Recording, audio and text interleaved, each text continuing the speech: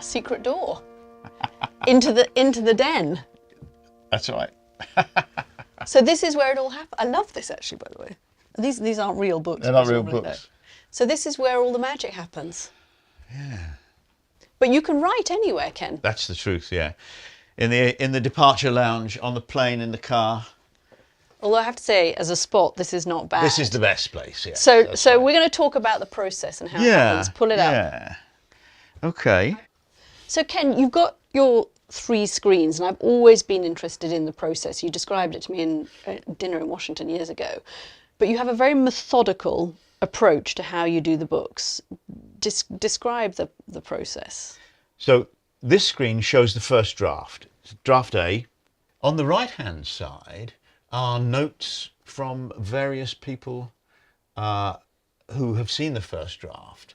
And you'll see here, somebody who works for me says, I was not drawn in as quickly, nor did I read it as fast as the last 2 books. So that's interesting, isn't it? That suggests that the first chapter might be a bit ponderous. So maybe you haven't got your plot twist every 3 to 4 pages that you like to have. Yes. So that comment is right up at the top of the list of comments because that was quite an important one. So you wouldn't read that and think, to hell with them, I'm Ken Follett, what do they know? No. You would read that and think, oh, what can I learn? Yeah, absolutely. I'll take that back. Oh, absolutely, yes, yes. And then in the middle, this is the second draft, but what I would be doing is writing this second draft. And I key it. I don't take this and edit it and make marks on it.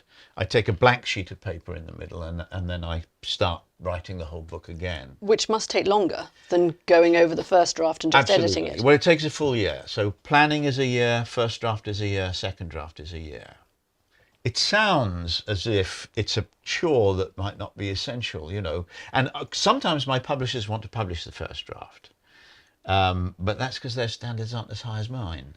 And generally after reading the second draft, they say, I see what you mean. And you think by writing the second draft from scratch, you always end up with a better product? Oh, definitely. No question. I'm totally convinced of that. Do you ever get angsted about writing? Do you ever suffer writer's block or feel, what am I doing, and have an existential crisis about it? I never have a crisis, but there is a moment in every book, and I've talked to other writers about this who have the same thing. There's a moment in every book where you're deep into it and you've written several hundred pages and you look at it and you think, why the heck would anybody want to read this? What is so... And I know that what you have to do is you have to press on. You have to put that thought aside and you have to say things like, if it's not good enough, then I'll rewrite it and it will be better. But that's the nearest I come. You couldn't call that an existential crisis. It's just a moment of severe doubt. I think you are the least angsted writer I've ever met. That's quite likely.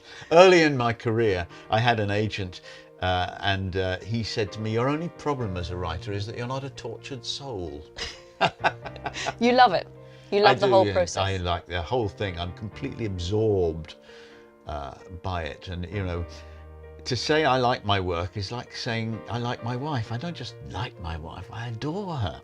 And that's how I feel about the work. I'm absolutely into it.